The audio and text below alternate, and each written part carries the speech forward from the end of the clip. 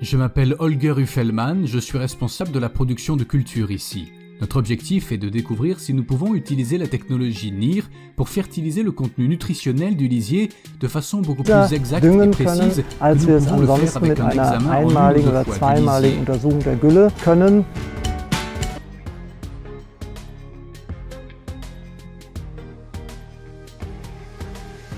L'essai que nous effectuons maintenant est structuré comme suit. Nous épandons 50 kN d'ammonium N sur le premier couloir, mesuré avec la technologie NIR.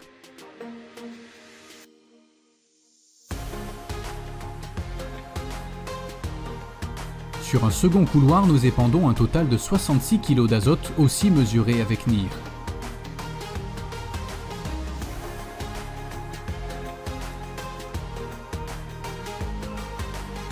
Et nous épandons un volume constant de 23,8 m3 sur le troisième couloir.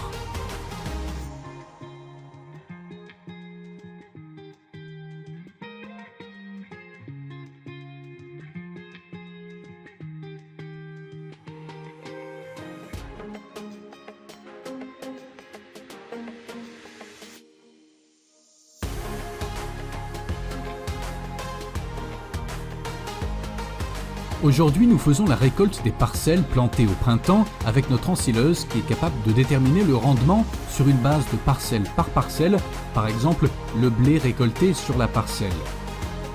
En parallèle, la moissonneuse-batteuse peut aussi prélever un échantillon correspondant que nous pouvons ensuite analyser plus tard, par exemple pour l'humidité et le poids à l'hectolitre.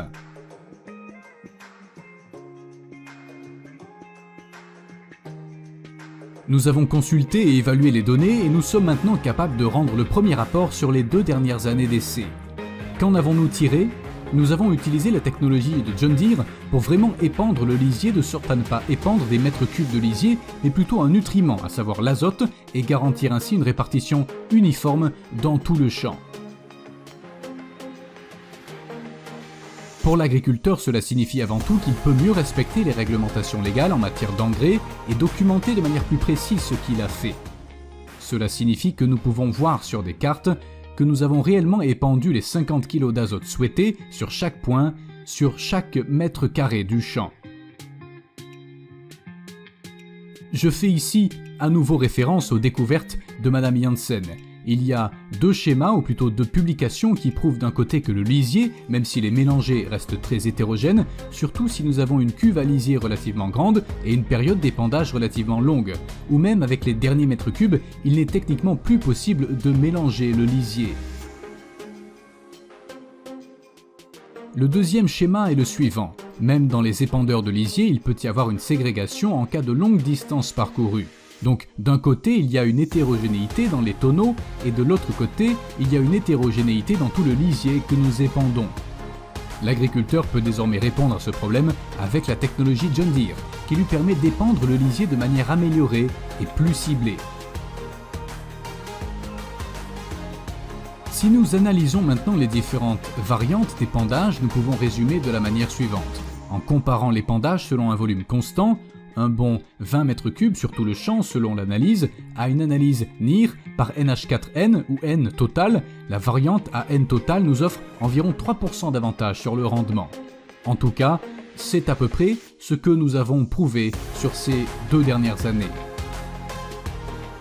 Et dans la variante avec l'ammonium, entre 4 et 5% de rendement en plus. Maintenant, si nous convertissons cela en rendement économique, un rendement d'environ 7,5-8 tonnes par hectare et un prix de blé de 180 € par tonne, ces 3 à 5% correspondent à environ 50 à 70 € par hectare. Même si nous atteignons 50 € par hectare, c'est plutôt rentable, même pour les petites exploitations.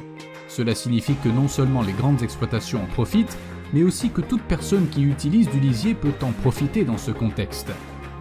Voici quelque chose d'autre à prendre en compte. Les cultures poussent de manière beaucoup plus uniforme. Par le passé, après l'épandage de lisier selon le volume, nous avons parfois fait l'expérience d'agglutination de plantes en raison d'une certaine surabondance dans des zones spécifiques du champ. Cela a probablement lieu beaucoup moins souvent avec cet épandage uniforme.